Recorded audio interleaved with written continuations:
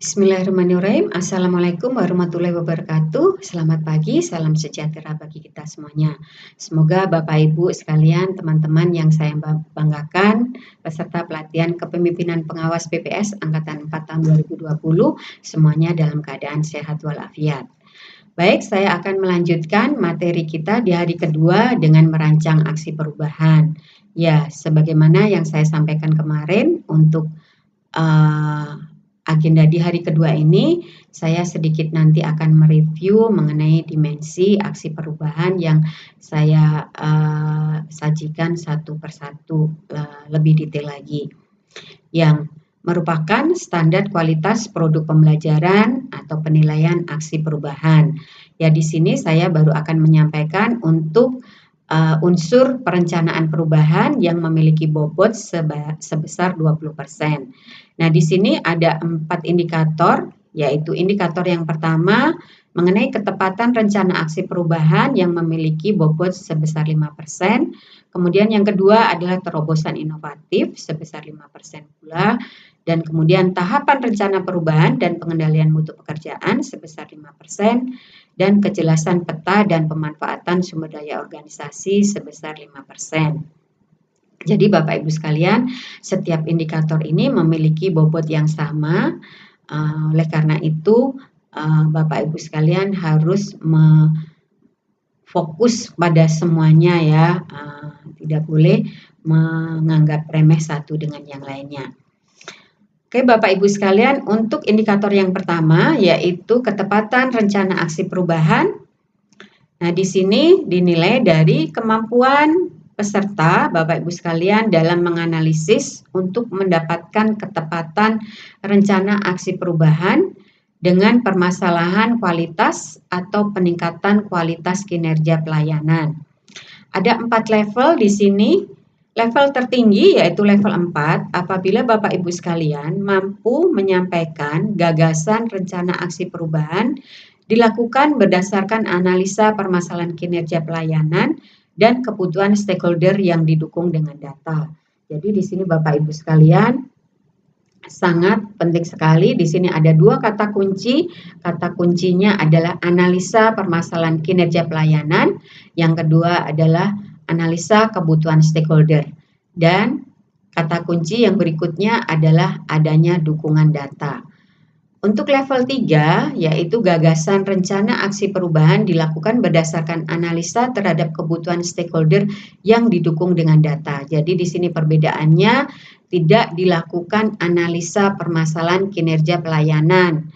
Jadi hanya dilakukan analisa kebutuhan stakeholder saja, walaupun ada dukungan datanya. Untuk level 2, gagasan rencana aksi perubahan dilakukan berdasarkan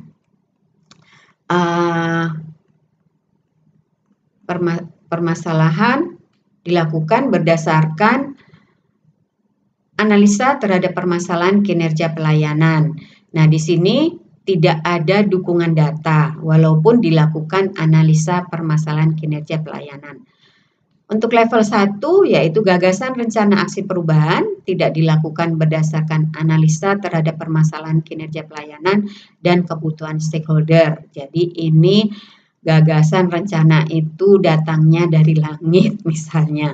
Saya yakin Bapak Ibu sekalian tidak ada yang di level 1 karena Bapak Ibu sekalian sudah melakukan diagnosa organisasi yang menggunakan tools manajemen untuk melakukan analisa permasalahan kinerja pelayanan.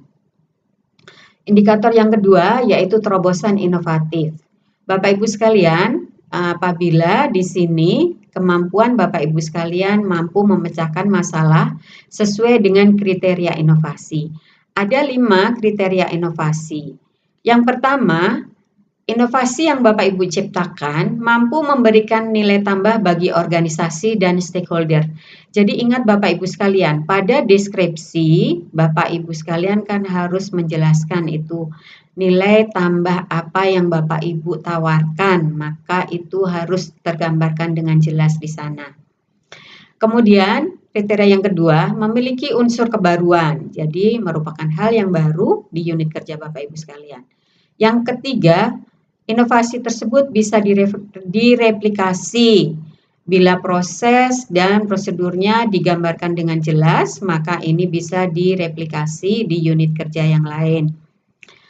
Kemudian, kriteria yang keempat, bila inovasi dapat diterapkan secara berkelanjutan. Artinya apa?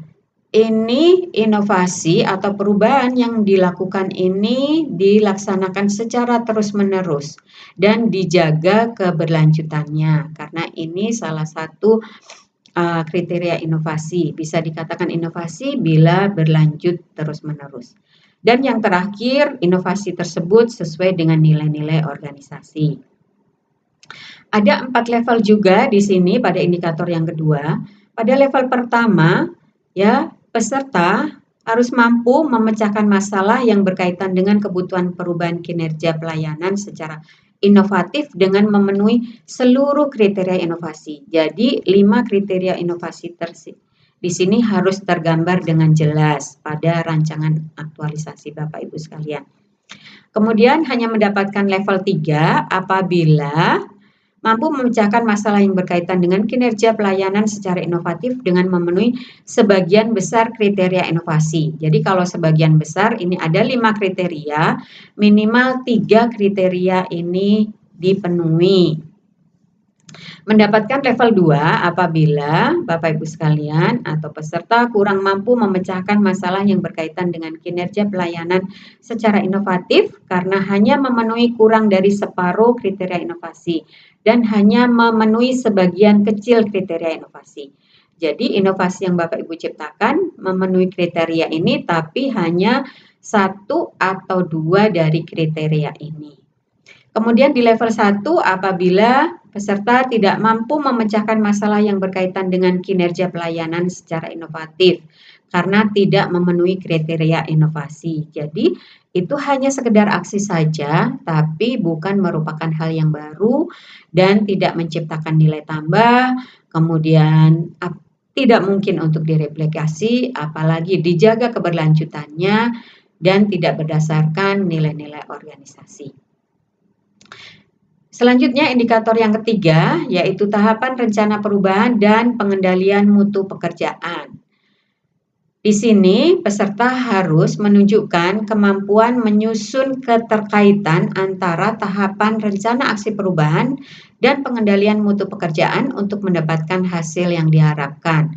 Ada 4 level juga, di level keempat, level yang tertinggi, yaitu keterkaitan tahapan rencana aksi perubahan dan pengendalian mutu pekerjaan untuk mendapatkan hasil yang diharapkan tergambar dengan jelas. Jadi Bapak Ibu sekalian, ini ya kejelasan pada tips saya hari kemarin. Tips yang pertama adalah kejelasan. Tolong pada rancangan aksi perubahan Bapak Ibu sekalian ini bisa menjelaskan keterkaitan tahapan dan pengendalian mutu pekerjaan. Kemudian di level 3, bila keterkaitan tahapan rencana aksi perubahan dan pengendalian mutu pekerjaan untuk mendapatkan hasil yang diharapkan, salah satunya tergambar dengan jelas. Dari semua tahapan ini yang tergambar dengan jelas pengendalian mutu pekerjaannya hanya 1 atau beberapa saja, tidak semuanya. Di level 2, bila keterkaitan tahapan rencana aksi perubahan dan pengendalian mutu pekerjaan untuk mendapatkan hasil yang diharapkan kurang jelas.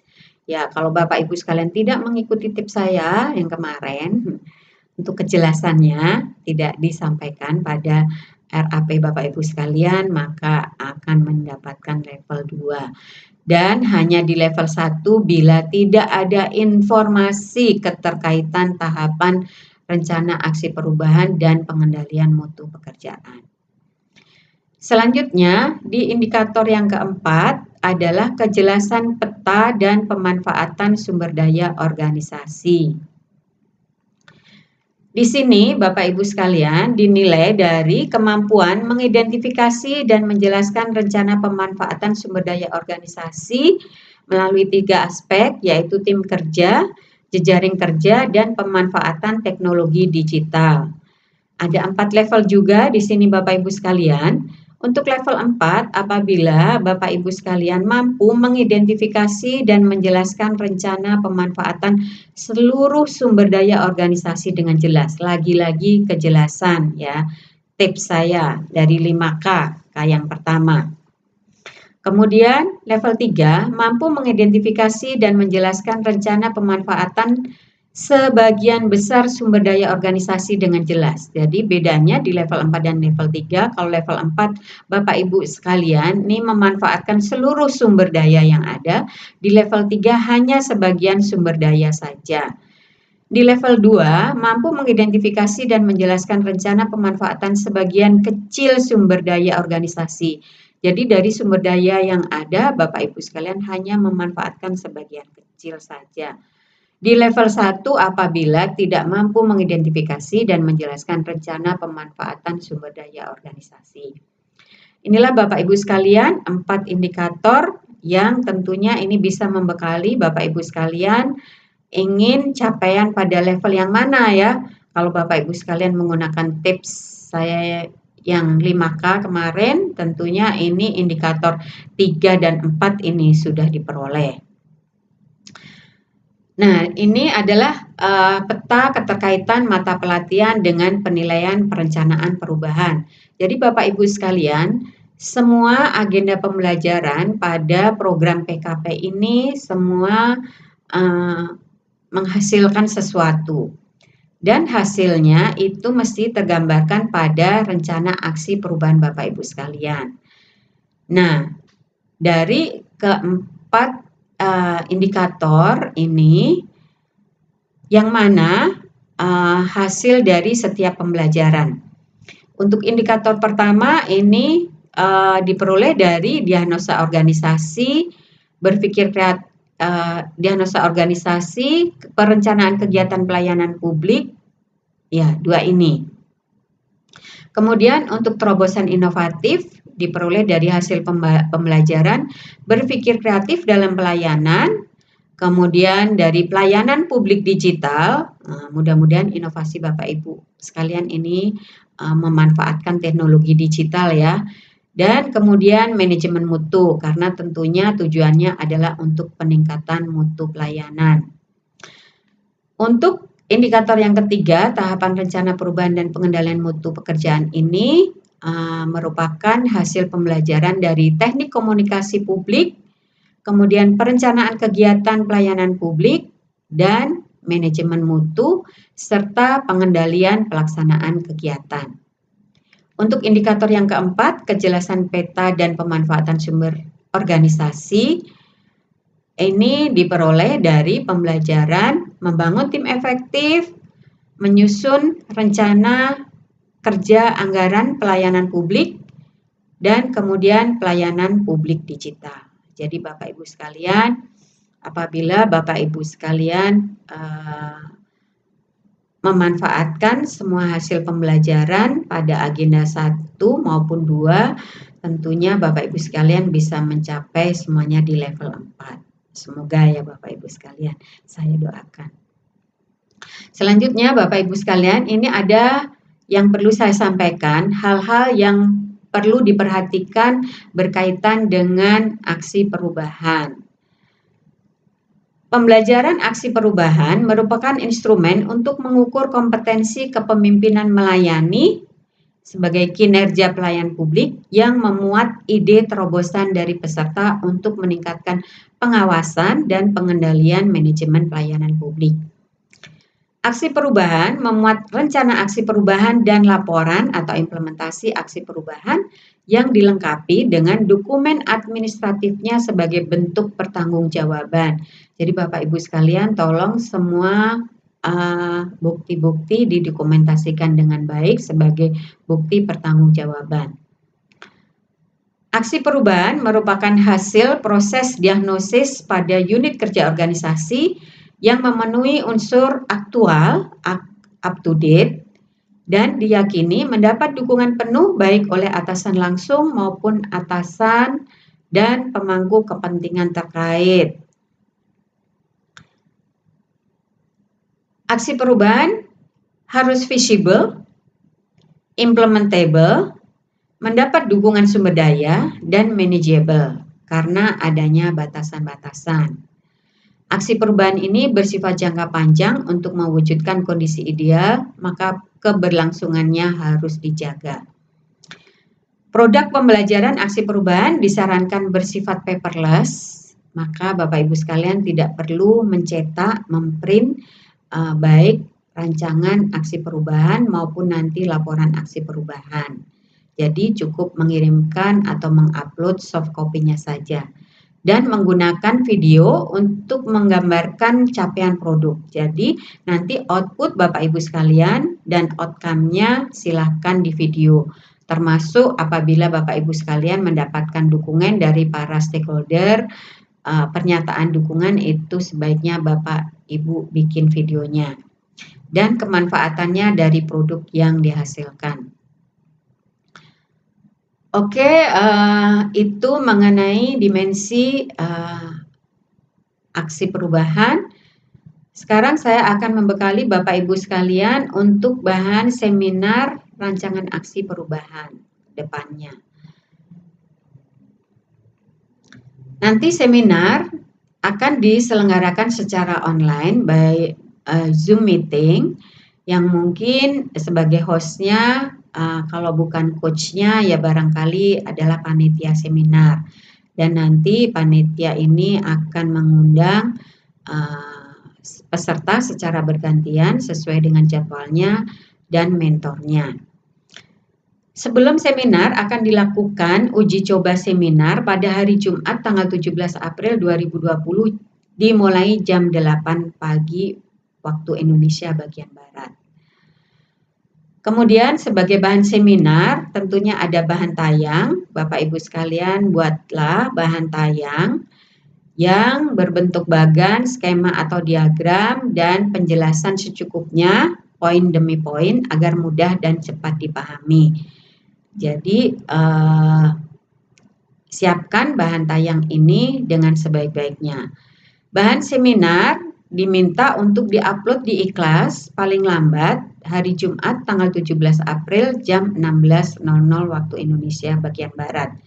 Bahan seminar terdiri dari bahan tayang dan draft final rancangan aksi perubahan yang sudah disempurnakan melalui proses pembimbingan bersama coach dan tentunya sudah mendapatkan masukan juga dari mentornya masing-masing. Selanjutnya seminar akan dilaksanakan pada hari Senin tanggal 20 April 2020 mulai jam 8.00 waktu Indonesia bagian Barat. Alokasi waktu setiap peserta secara total diberikan waktu 45 menit, tapi untuk presentasi hanya 10 menit. Jadi Bapak Ibu sekalian siapkan bahan tayang yang secukupnya yang bisa Bapak Ibu tayangkan selama 10 menit. Saya percaya Bapak Ibu sekalian sudah mahir presentasi, tapi untuk memanage waktu ini yang kemungkinan ya harus dipersiapkan secara matang. Jadi silakan mungkin Bapak Ibu sekalian bisa latihan dalam mengelola waktu seminar selama 10 menit ini. Setelah memberikan paparan, maka coach selaku moderator akan memberikan waktu kesempatan kepada mentor selama 5 menit untuk memberikan tanggapan dan komentarnya. Dan setelah itu diberikan waktu kepada penguji selama 10 menit untuk menyampaikan evaluasinya. Kemudian bisa ditanggapi oleh para peserta selama 15 menit. Total interaktif antara penguji dan peserta ini bisa memanfaatkan waktu selama 25 menit untuk tanya jawab. Dan untuk menutup mengakhiri seminar setiap peserta, maka coach akan memberikan kesimpulannya selama 5 menit. Dalam mempresentasikan, gunakan bahasa yang santun dan tidak merendahkan, serta disampaikan secara sistematis. Kemudian setelah seminar, Bapak Ibu sekalian wajib memperbaiki, menyempurnakan sesuai dengan masukan dari penguji dan mentor, juga mungkin coach selaku moderator. Dan final dari rancangan aksi perubahan Bapak Ibu sekalian harus diupload di Ikhlas paling lambat tanggal 21 April 2020 jam 16.00 waktu Indonesia bagian Barat ya. Jadi Bapak Ibu sekalian, ini sebagai dasar nanti untuk Bapak Ibu sekalian mengimplementasikan aksi perubahan. Nah, untuk presentasi nanti selain penyaji, ada moderator, kemudian ada coach dan narasumber atau penguji. Gunakan waktu selama 10 menit secara optimal, sajikan yang inti-inti saja ya, karena waktu terbatas 10 menit. Kemudian kurangi penjelasan yang tidak penting dan dalam menjawab pertanyaan jawablah secara singkat dan padat. Kalau itu sifatnya saran, ya saran diterima, begitu saja ya Bapak Ibu sekalian. Tapi kalau penguji menginginkan konfirmasi, maka berikanlah penjelasan secara singkat dan padat. Ya, selanjutnya sikap pada saat presentasi, tetap berpakaian rapi dan sopan dengan pakaian peserta atasan putih. Kemudian pilihlah tempat yang terjamin privasinya, tidak ada yang mengganggu dan tenang ya, karena ini dilaksanakan secara online, mudah-mudahan tidak diganggu oleh keluarga ya. Dan pastikan suara Anda terdengar oleh peserta yang lain. Namun apabila Anda tidak sedang berbicara, tolong mic-nya bisa ditaruh pada posisi mute. Ikuti arahan moderator sebagai pengatur lalu lintas jalannya seminar. Ya, Bapak Ibu sekalian, kurang lebih itu yang bisa saya sampaikan untuk materi di hari kedua ini. Selanjutnya Bapak Ibu sekalian nanti bisa menyelesaikan, memfinalkan draft rancangan aktualisasinya untuk bisa diupload nanti paling lambat pukul 12.00 waktu Indonesia bagian Barat. Untuk mengakhiri sajian saya ini, kembali saya cantumkan quote of the day saya ulang-ulang supaya Bapak Ibu selalu ingat bahwa 1 ons aksi lebih berharga daripada 1 ton teori ya. Walaupun kecil aksinya itu lebih berharga daripada teori yang menggelembung. Sebagus apapun mimpi tidak ada artinya tanpa aksi. Untuk mewujudkannya jadi nyata, wujudkan mimpi Anda pada aksi perubahan.